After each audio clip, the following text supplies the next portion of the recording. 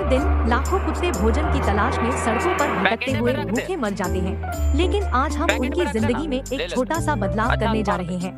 हम जानते हैं कि कुत्तों को खाना खिलाना केवल उन्हें भोजन उपलब्ध कराने की बात नहीं है, यह उन्हें प्यार और करुणा दिखाने के बारे में भी है। हम कुत्तों और पालतू जानवरों को प्यार और देखभाल करते हुए उन्हें खाना खिलाते हैं। यह देखकर दिल खुश हो जाता है कि कैसे दयालुता का एक छोटा सा कार्य इतना बड़ा अंतर ला सकता है। यदि आप एक भूखे गली के कुत्ते को देखते हैं तो उन्हें भोजन देने पर विचार करें। यह एक छोटा कार्य लग सकता है, लेकिन यह उनके लिए दुनिया का मतलब हो सकता है। याद रखें, दयालुता का हर कार्य चाहे कितना भी छोटा क्यों न हो, किसी के जीवन में बड़ा बदलाव ला सकता है।